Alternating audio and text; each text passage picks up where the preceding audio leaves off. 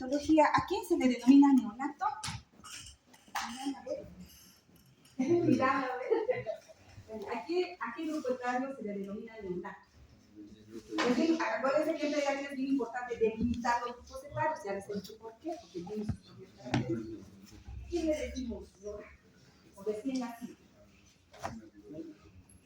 Perfecto. La OMS dice que el neonato es todo niño que nace hasta los 28 días de vida, ¿sí? Ahora, dentro de la neonatología hay otros 3 grandes grupos. Aquí está uno, que es el prematuro, y el otro grupo que es el de término, y el otro grupo que es el posttérmino. O sea, pretérmino, detérmino y posttérmino. ¿A quién le decimos pretérmino? ¿A qué grupo está? O sea, ¿qué edad gestacional corresponde a pretérmino? ¿Saben? Si no, nos van a aprender, pero quiero ver cuánto conocen ustedes. 22 a 26. 22 a 26 puntos. ¿Qué dice este grupo? A ver, vamos a ver. Menor a 37. Menores de 37 semanas, exacto. ¿Y cuándo se les dice que es post-término? Mayor a 42. 2 semanas. Entonces, todo niño que nace entre 37 y 42 semanas es de término, pretérmino menos de 37 semanas y post-término más de 42 semanas. Ahora bien, esos dos grupos, tanto el pretérmino como el post-término, tienen características que los hacen lábiles y que pueden complicarse de manera realmente preocupante las más de las veces. ¿Cuál creen que sea? Obviamente, si nace prematuro, ¿cuál será su complicación más común? Si nace prematuro. ¿Qué órgano será el importante para que viva apenas nazca? Los pulmones. La respiración. Entonces, ¿qué les pasa a estos prematuros? No tienen surfactante, entonces esos alvéolos no están abiertos, entonces su principal problema de ellos, su principal, sin ser el único, es que apenas nazcan tengan un problema para respirar, ¿ok? Y los postmaduros, pues no va a ser ese su problema, a menos que tengan sufrimiento fetal, pero no va a ser ese su problema, como vamos a ver ahora. Entonces, de eso vamos a hablar hoy día. Vamos a hablar de la prematurez y del prematuro y del posttérmino. ¿Ok? Entonces ahí está la definición de la OMS. ¿A quién se le denomina prematuro? Todo niño que ha nacido antes de las 37 semanas, y hablando de días de edad gestacional, aquel que ha nacido con menos de 252 días. O sea, si hacemos capurro, por ejemplo, ya han llevado evaluación de la edad gestacional, ¿verdad? Sí. Han tenido que llevar ya. Eso también yo lo daba, pero ahora nos hemos ido dividiendo los temas, ¿no? Entonces, cuando yo hago capurro y sumo los días, este va a tener menos de 252 días y ese también es denominado prematuro, ¿ok? Muy bien. Entonces, tanto el niño que nace prematuro como el peso bajo son dos niños del grupo etario neonatal que se pueden complicar muy fácilmente. Entonces, para esto tenemos la clasificación del recién nacido de acuerdo al peso. Unas de acuerdo a la edad gestacional, el prematuro y el riesgo. Y de acuerdo al peso también vamos a tener riesgo. Hemos dicho que todo niño que nace de término tiene que pesar entre 2.500 a 3.999. Si nace menos de 2.501 de término, ya su peso es bajo para la edad gestacional. Y si nace más de 4.000, ya es grande para la edad gestacional, como ven acá. Entonces, el recién nacido que nace menos de 2.500, hablando del de término, ya tendría peso bajo para la edad gestacional.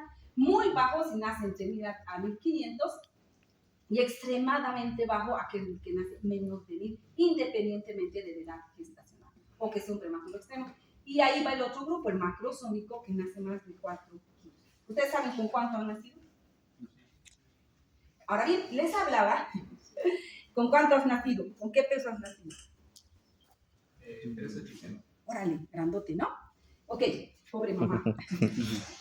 Bien, entonces también les explicaba, y esto ya lo han debido ver, en neonatos apenas nace es más fácil poder determinar si su peso es adecuado o no para la edad gestacional, si su talla y su circunferencia craneana. Son 3 parámetros antropométricos importantes para evaluar al recién nacido. En cambio, en pediatría ya han debido ver, el piolín, ya lo conocen al piolín, es para calcular peso para la talla para la edad, niño, o sea, más complicado. Pero en cambio en neonato solo usamos Lubchenco para evaluar si el peso es adecuado o no para la edad gestacional. ¿Cómo usamos Lubchenco? Este lado está el peso y acá la edad gestacional. Pónganse 35 semanas de edad gestacional y pesa 1.600. Entonces hacemos el crucifíjense, queda acá.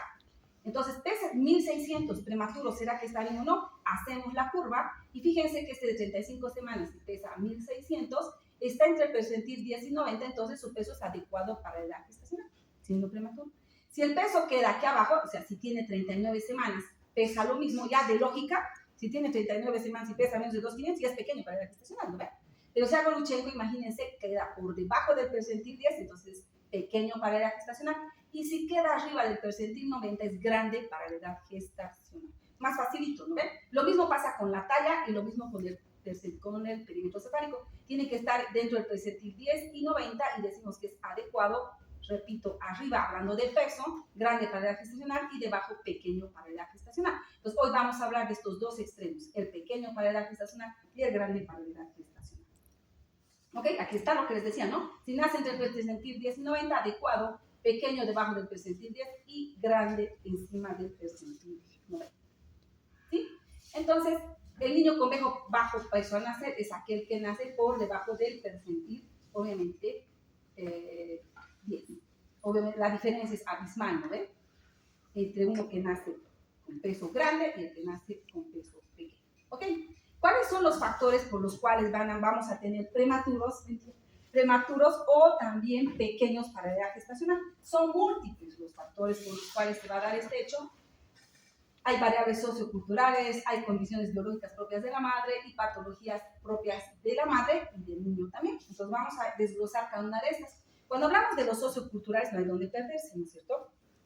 Hace mucho la clase social, el grado de instrucción de la mamá. Mamá que no sabe que tiene que ir a un control prenatal no va a ir, y si tiene riesgo de un parto prematuro no lo va a saber. Entonces obviamente todos estos factores influyen en que la mamá no sepa o haya problemas de que el niño nazca prematuro. Madre soltera, una mamá que trabaja demasiado, el esfuerzo físico extremo, viajes largos, incómodos. Por ejemplo, el avión, no puede viajar una mujer que esté más de 35 semanas, no les dejan viajar en el avión porque existe el riesgo de que pueda producirse parto ahí, entonces tiene que ir con una orden médica para viajar en avión. Las escaleras en el hogar, hacer esfuerzo físico, ¿no? Obviamente la edad materna. La adolescente corre más riesgo de tener un parto prematuro porque es un cuerpo que no está listo para gestar, para tener una gestación. Y las mujeres mayores de 40 años también por el tema de ya la edad, ¿no? De estar más de lo que deberíamos, lo aceptable para tener un embarazo bien. La talla baja, menos de 150 centímetros, no estoy de acuerdo con eso, porque yo mido eso. Ya. El tabaquismo de la madre sabemos que es malísimo porque hace que el bebé no crezca, quede pequeño para la gestacional. La drogadicción, lo mismo, obviamente, ocasiona no solo daños de tamaño del niño, sino otros daños también neurológicos, y la falta de control prenatal, obviamente, porque no se menciona, ¿no? Eso es hablando de los socioculturales. Cuando hablamos específicamente de lo que es prematuro y bajo peso, mamá que tiene antecedentes de parto prematuro, pues el riesgo de que vuelva a tener parto prematuro existe. Síntomas de parto prematuro, para esto es importante saber calcular la edad gestacional. ¿Cómo calculamos? ¿Qué métodos tenemos para calcular la edad gestacional? ¿Cómo calcularíamos la edad gestacional? ¿De bufandita, plomita? No. ¿Cómo calculas la edad gestacional? O sea, para que sepas que a la mamá le digas, hoy estás con estas semanas y tienes que cuidarte por estas cosas. ¿Cómo calculamos la edad gestacional? Ya han debido llevar a su niño recién nacido normal. ¿Cómo se calcula? Lo más fácil, lo más lógico, no sería lo más lógico, sino la fecha del último periodo menstrual. Entonces muchas mamás pues sí lo dominan, pero otras no. La otra es la ecografía, está muy bien. Y lo último que tenemos, que va a ser lo más exacto para evaluar la edad gestacional del niño, ¿cuál creen que sea? Porque el último periodo, de repente ni se acuerda, pues tenga menorrea de lactancia y ya se embaraza. La ecografía, para evaluar la edad gestacional, toma en cuenta el diámetro biparietal y el diámetro cefalocaudal. Si está desnutrido, va a tomar parámetros pequeños y va a decir es prematuro, o sea, nos va a calcular la edad gestacional que no corresponde. La ecografía nos sirve muy bien en los primeros 3 meses, pero aparte, cuando ya se está acercando más al parto, medio difícil si es un desnutrido útero, no es exacto, ¿ya? Pero si hay un UPM, entonces como que sí, si la mamá es muy regular, sí. Ecografía no nos sirve el último trimestre. ¿Y cuál sería el otro que sí nos serviría y sería exacto? ¿Altura uterina? ¿Cómo? ¿Altura uterina? Es relativo, porque como te digo, no puede ser un desnutrido de un útero y por altura tú dices es prematuro y resulta que es solo un desnutrido. El examen físico. Ni bien nace, yo le hago capurro, evalúo todo y determino si es determinado. Ese sí no falla, porque ya lo estás viendo, ya ves. ¿Verdad? Entonces, La ruptura prematura de membrana obviamente va a predisponer a un trabajo de parto prematuro y por ende un prematuro. La incompetencia cervical, esto es un problema muy frecuente en las mujeres que llegan a cierta edad gestacional, se dilata el cervix y pierden a los bebés, entonces les hacen cerclaje para esto. Y obviamente todo eso se detecta, se hace un control prenatal. La mamá que tiene bajo peso antes de embarazarse es un factor también para que el niño tenga bajo peso o que nazca prematuro, ¿ya? Y los embarazos múltiples, obviamente si son 3, si son 4, van a ser más chiquitos siempre para nacer y el riesgo de que nazcan prematuros también va a estar. ¿Es así? Fíjense, hablando de porcentajes de causas por qué nacen prematuro o pequeño para edad gestacional, está sobre todo el trabajo de parto precoz o prematuro, que se adelanta el trabajo de parto. Y esta las más de las veces está asociada a infecciones de la mamá, no infecciones urinarias o infecciones transvaginales. La ruptura prematura de membranas y la multiparidad, o sea, de lejos son los 3 factores más comunes para que hayan prematuros o pequeños para la edad gestacional.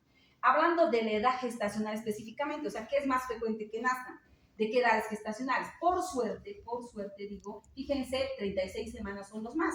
O sea, el hecho de que nazca de 36 semanas da mayor posibilidad de que el niño no tenga tantos problemas para adaptarse, ¿no es cierto? A diferencia de un niño que nazca antes de las 32 semanas, ¿no? Obviamente más problemas, más complicados. Fíjense el porcentaje, la mayoría nace, el 40% entre las 36 semanas, 21% entre las 35 semanas, entre las 34 y el 12, les digo por suerte, son los que están más fáciles también de recuperar y que tengan una posibilidad de vida posterior adecuada, ¿no?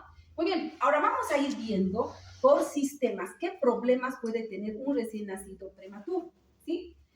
Son muchos. Empezamos por el más importante. Si hablamos del sistema nervioso central, la misma inmadurez tanto anatómica del cerebro como de los vasos cerebrales va a hacer que un recién nacido prematuro fácilmente haga una hemorragia intraventricular.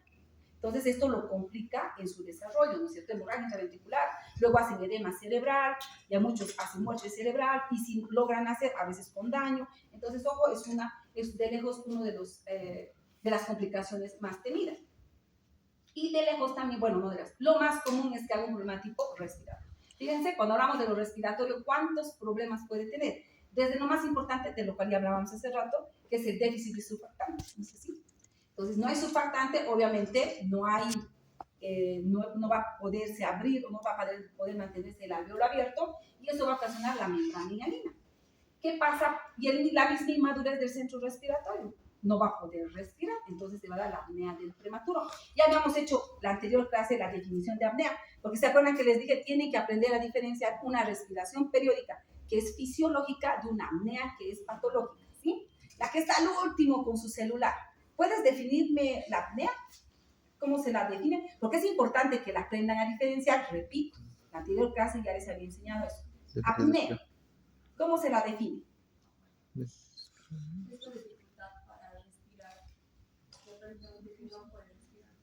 No puedes respirar. La que está delante tuya, a ver cómo me lo podrías definir.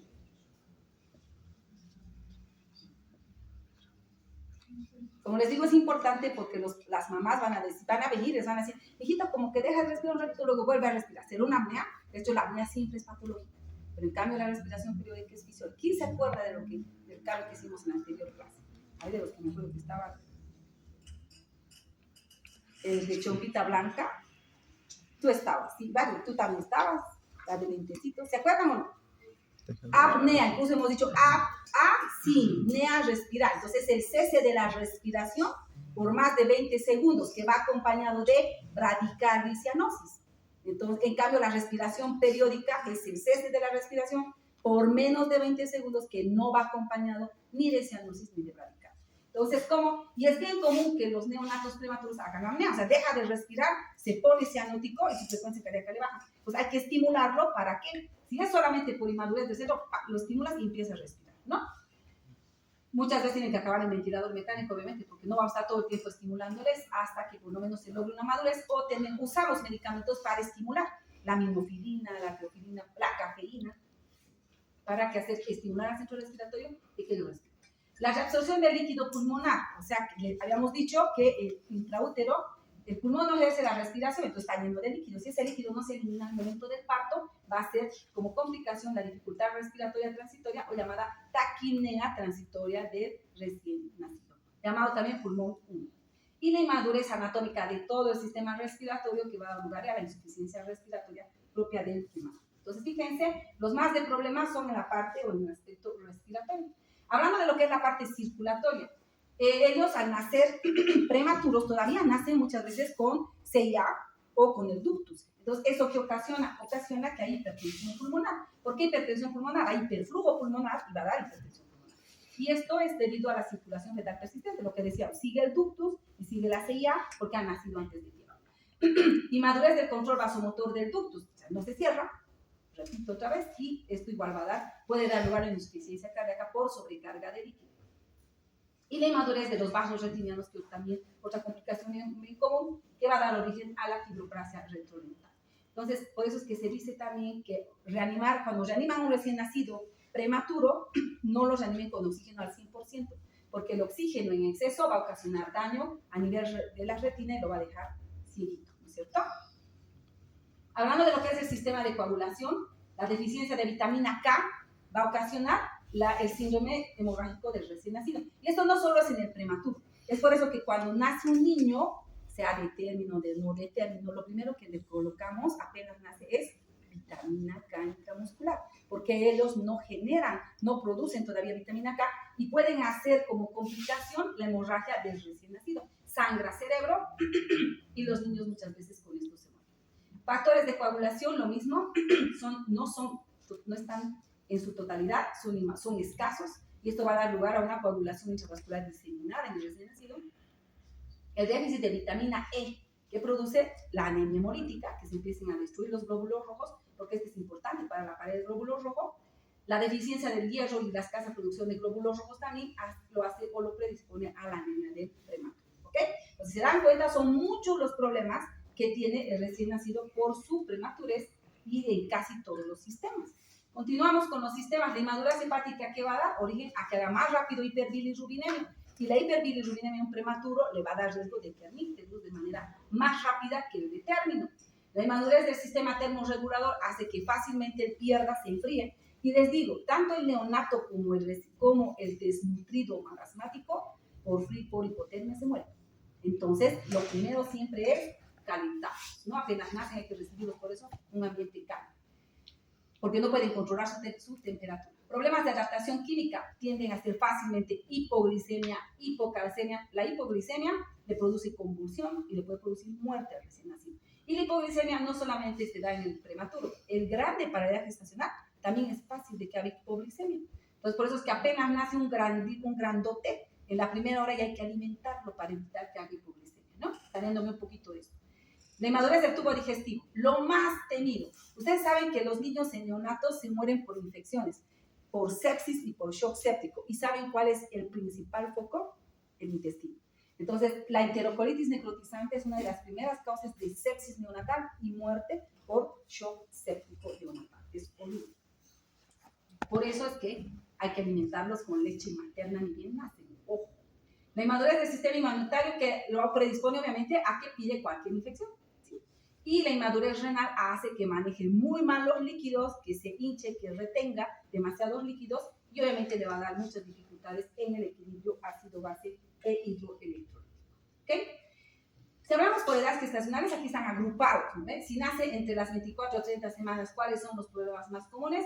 Desde anomalías congénitas, ¿no? O sea, el hecho de que más prematuro nazca aquí, algo está mal, algo está pasando y por eso es que se asocia más a anomalías congénitas. Puede cursar con hemorragias intraventriculares, insuficiencia respiratoria que ya hemos hablado por membrana hialina, puede hacer sepsis por todo lo que ya hemos dicho de la inmadurez inmunitaria, muerte de causa súbita, que no se sabe, muchas veces estos niños aparecen muertos y no se sabe por qué, y los trastornos metabólicos. O sea, si el niño está entre las 31 y 42, la membrana hialina prima, luego las infecciones, las hemorragias continúan, intraventriculares, la apnea es una complicación muy común, la ictericia, los sangrados y los trastornos metabólicos, ¿no? Hipoglicemia, también la hipotermia y la asfixia muchas veces. Y fíjense, de 35 a 37 semanas, la taquimia transitoria del recién nacido, la hipoglicemia, la sepsis y la ictericia son sus problemas de dormir, ¿no? A medida que nace, las complicaciones son menores, pero igual son importantes, ¿sí? Ok. Entonces, ¿cuáles son los problemas principales que dan origen a una mala adaptación respiratoria? Ya hemos dicho, ¿no? El hecho mismo de que hay inmadurez que va a dar la membrana hialina, pueden nacer con neumonía. Acuérdense que dijimos que la primera causa para parto prematuro eran las infecciones, la ruptura prematura de membranas. Entonces, esto puede dar origen a una neumonía connatal y nace con dificultad respiratoria o la taquipnea transitoria del recién nacido. Membrana hialina pura puede estar presente y la apnea, ¿no? O sea, cuanto más pequeño el niño y también menor su peso, la posibilidad de que él tenga apneas es mucho mayor. Fíjense, 80% de niños que pesan menos de 1000 miligramos, mejor dicho, hacen apnea muy frecuentemente y solo el 30% si pesa más de 1500. ¿Ya? Y por apnea, también, si tú no te das cuenta que está en apnea, se puede morir. Entonces, ¿qué haces? Te das cuenta, lo estimulas, le pones oxígeno y lo rescatas. ¿Ok? Muy bien. Una parte muy importante es la nutrición apenas nace el niño, porque se supone que tenemos que lograr que aumente de peso rápido y que también, para que de esta manera todos sus órganos y sistemas alcancen la madurez que queremos. Entonces, ¿qué pasa? El requerimiento de nutrientes es altísimo y obviamente el hecho de que esté limitada la madurez anatómico-funcional del tubo digestivo hace difícil que podamos introducir la alimentación de manera temprana o de manera adecuada. Entonces, por eso es que esto va a repercutir mucho en lo que es, ya les decía, ¿no? Si es la nutrición adecuada, va a repercutir en el crecimiento y desarrollo de los órganos. Muy bien, ahora, la controversia es cuándo le damos, cuándo le empezamos a alimentar. Y más controversia todavía, ¿qué le damos? ¿Sí? ¿Qué le damos? Yo les decía, no hay dónde perderse, la leche materna es lo mejor. Si es prematuro, yo hago lo que sea para que la primera leche que ingrese a ese bebé, Dios estar internado, porque estos prematuros internos, ¿no? Es darle leche materna. Entonces, ahí la peleo. ¿Por qué? Porque si la leche artificial, hemos visto que ocasiona muchas veces enterocolitis necrotizante. Les he dicho, la primera causa de infección por sepsis es eso. Entonces, siempre hay que balancear entre alimentarlo de manera precoz o esperar.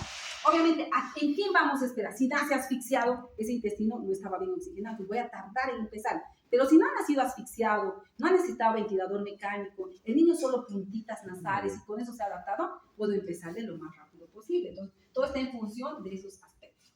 Muy bien, les decía, ¿qué? Leche materna. ¿Por qué? ¿Cómo es la naturaleza de Savia? La mamá que tiene un bebé prematuro, la leche que produce es justo lo que necesita el niño, porque la cantidad de sodio, proteínas y todo es muy diferente a la leche madura. Entonces es por eso que no hay nada como la leche, ¿no? La composición es más rica en proteínas y sodio que la leche materna madura, del término. Entonces, sí o sí, leche materna. Ahora, si no se puede, usamos fórmulas, y hay fórmulas mucho más parecidas a la leche materna, le agregamos vitaminas y logramos de esta manera por lo menos cumplir con la alimentación. Otra cosa bien importante, todo niño que ha nacido menos de 34 semanas de edad gestacional o que ha pesado menos de 1800, no se prefiere dar por succión, porque la succión implica gasto energético, entonces no vamos a poder aumentar el peso de manera rápida. Se les coloca sonda nasogástrica y se les alimenta, aunque tenga reflejo de succión, no. ¿Por qué? Les digo, pierde peso, o sea, no logramos que aumente peso de manera rápida porque la succión es gasto energético. Y se empieza con volúmenes bien pequeñitos, ¿no? 1 a 3 cc, 5 cc a mucho y cada 1 o 3 horas bien fraccionado, ¿ya? Pero, digo, leche materna no hay donde perderse. Bien, de todo esto, ¿qué se dan cuenta? Son muchos los problemas, ¿no es cierto? Entonces, ¿qué tenemos que hacer? Evitar que nazcan prematuros. Entonces, la prevención es lo más importante para esto. Y también el seguimiento, ni modo, nació prematuro, no le mando después de que si te nazcas súper bien, te vas a la casa, no. Tenemos que identificar durante su internación que no haga broncodisplasia pulmonar, cómo está su retraso psicomotor, hay que hacer estimulación temprana, hay que evaluar la parte sensorial, ojos, oídos, para identificar la fibropatia retrorenal. O sea, no acaba nuestro trabajo sacándolo de su estado crítico y que se vaya a la casa, no, tenemos que vigilar que no haga ninguna de estas complicaciones y para evitar la fibroplasia broncodistal, oxígeno, lo más rápido posible hay que quitar el oxígeno, no hay que manejar altas concentraciones, desarrollo psicomotor, estimulación temprana y la evaluación sensorial neurológica, ¿sí? Lo que les decía, ¿no es cierto? Lo más importante para esto es la prevención, ¿no? Hay control prenatal adecuado, de calidad, regionalizado, evaluando muy bien en equipo, ¿no? Tanto el ginecólogo como el pediatra, para evitar que los niños nazcan prematuros. Y si ni modo se da la prematurez, tenemos que evitar que ese pulmón nazca inmaduro. Entonces, ¿qué hacemos? Hacemos lo que es el uso de corticoides para favorecer la maduración pulmonar y evitar la complicación más común, que es la adaptación respiratoria. Muy bien, ¿sí? Entonces, ¿se han fijado? Son muchos los problemas. Cada sistema puede fallar en un recién nacido prematuro. Entonces, evitemos que nazcan prematuros. Lamentablemente, yo he visto cómo hacen controles prenatales. Lo único que hacen es, tienes tanto de edad gestacional, a veces no les explican, no hacen educación. Eso está mal. Cada paciente que llega a un consultorio tenemos que aprovechar para enseñar. Siempre hay que estar enseñando. ¿Sí? Bien, si se fijan, ¿por qué les pongo esta foto? Porque lo típico, apenas nace el niño, si ustedes le ven que se está despellejando, ya es un posmaduro. Si ven que sus pliegues son muy profundas, sus grietas, ya es un posmaduro. ¿Ok? ¿Por qué? Porque ya el líquido amniótico que le cubría ya ha disminuido y obviamente es ese líquido que evita que su piel se seque y se agriete. Entonces, por ejemplo, ya es solo verlo, ya puedo decir, ese es un posmaduro. ¿Cómo se le define? Ya hemos dicho, más de 42 semanas de edad gestacional o más de 294 días si hacemos capurro, eso es un recién nacido postérmino. ¿Cuáles dos grandes problemas tenemos en el posttérmino? Imagínense semejante tamaño. Si uno no se da cuenta y lo saca por parto, pobre bebé, ¿no? Entonces ahí van los problemas neonatales mismos. Es un parto de alto riesgo y por ende vamos a tener muchos problemas neonatales. ¿Naciste por cesárea o por parto? Cesárea. No ve, gracias a Dios, porque es mi pobre mamá. Hoy en día, ¿ya han visto un parto las chicas? ¿Ya han visto? Sí, no ve, porque es que en quinto año cuando entramos a gineco recién vemos un parto vaginal. Yo la primera vez que he visto eso, casi salgo con mi letrero, digo, no al parto. Es solo pensar, yo digo cosas. Y yo nunca, yo dije, no, jamás yo parto nunca. Ok, aquí está lo que les decía, ¿sí? Miren cómo esto nace así, en nuevo, pero es un post maduro. De solo verlo, por eso les digo. Fíjense cómo sus grietas son tan profundas, ¿no? Y van hasta el talón. Pliegues plantales hasta el talón, 40 semanas de hecho. Si están así de profundas, está postero. ¿Sí? O sea, solo viendo los pliegues plantales y los genitales de los niños, se calcula así de rápido la edad gestacional. ¿Con quién han llevado esto? ¿Quiénes están dando ese tema? Recién nacido normal. Te hayan tenido que llevar porque ya conmigo ya están viendo un normal. Bueno, creo que no han venido a la clase. Ok, bien. Ahora sí. ¿Cuáles son las causas por las cuales se va a dar? Son totalmente diferentes a las del prematuro. ¿Por qué nacen posmaduros? Son muchos los factores. Las más de las veces son endocrinológicas, ¿ya? Primero, hay causas endócrinas, parácrinas y fetoplacentales, ¿no? La hipoplasia suprarrenal, la hipoplasia hipofisiaria, los bajos niveles de estrógenos. Ahorita vamos a ir cada uno desglosando. Acuérdense que no solamente depende qué pasa con la edad. El niño está llegando a término, su cerebro dispara hormonas para que la mamá, o sea, todo lo que es el sistema de la mamá, lo sienta e inicie el trabajo de parto. O sea, tiene que ver mucho el cerebro, el desarrollo del niño, y es por eso que los hidroanencefálicos, los anencefálicos, mejor dicho, son posttérmino, porque no empieza el trabajo de parto, porque no hay que desencadene. Entonces, acuérdense de todo esto que estamos viendo, ¿sí? Luego, la predisposición genética, pues hay generaciones o familias que sí tienden a nacer al posttérmino. Los mecanismos de desencadenamiento del trabajo de parto, que era lo que les decía. La liberación de óxido nítrico en el cuello uterino, para que se relaje, tiene mucho que ver. Si no se libera, pues no se relaja y no empieza el trabajo de parto. Y otras razones, la raza blanca también, la obesidad y el hipotiroidismo retrasan o dan lugar a niños postérminos. ¿Sí?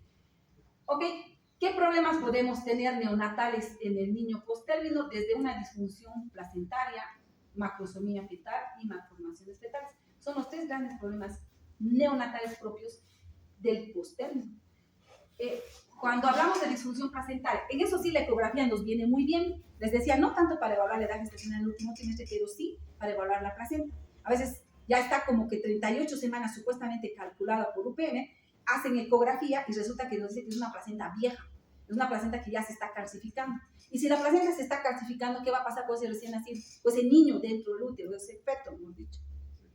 Ya no va a recibir flujo sanguíneo adecuado, ya no va a recibir nutrientes adecuados y va a empezar a quedarse chiquitito. Entonces corre el riesgo de que haya, y él puede tener también sufrimiento fetal. Entonces, la disfunción placentaria puede ser que nazca un niño pequeño para la edad gestacional, siendo posmaduro, ¿sí? Puede haber hipoxia perinatal. ¿Por qué? Pues estamos diciendo, ¿quién es la fuente de oxígeno de todo? La placenta. Nutrientes, oxígeno, placenta. Placenta vieja, obviamente ya no da lo mismo. El síndrome de aspiración de meconio, que va a dar igual a la hipertensión pulmonar. Obviamente, sufrimiento fetal, relajación de esfínter, meconio intrabolsa amniótica, nace el niño, se broncoaspira, que es lo peor que puede pasar, y se da esta complicación de aspiración de meconio. Mucho tiempo, ¿qué pasa?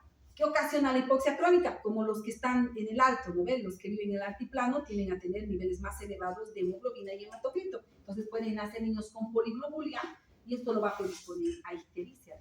La poliglobulia es mala porque da sangre más concentrada, la viscosidad de la sangre es peor. Se pueden obstruir los vasos sanguíneos cerebrales, cardíacos, y eso es malísimo para el niño, ¿no? Y alteraciones metabólicas.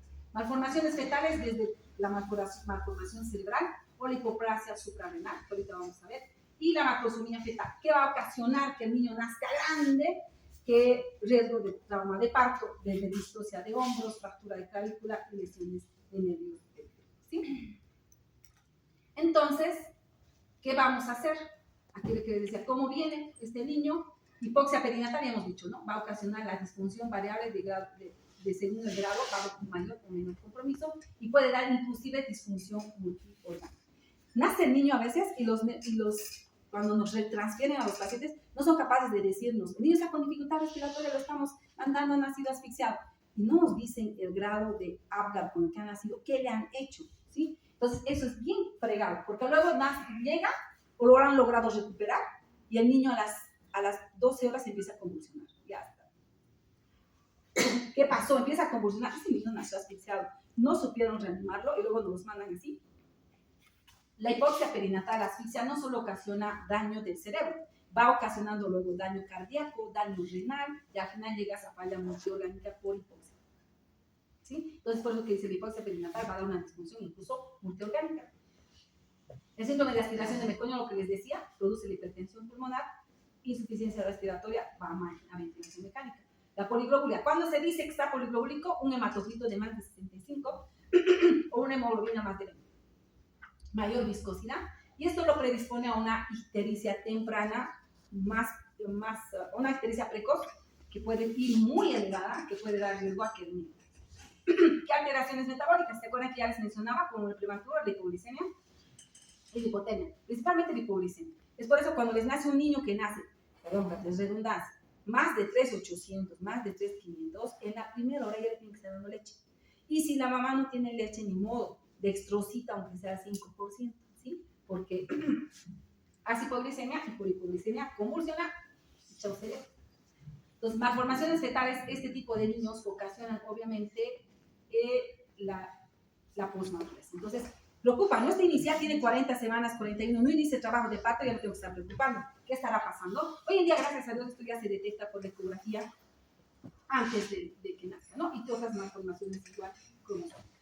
¿Qué ocasiona la macrosomía fetal? Ya hemos dicho, ¿no? Desde elongación de nervios, que va a dar lugar a parálisis de los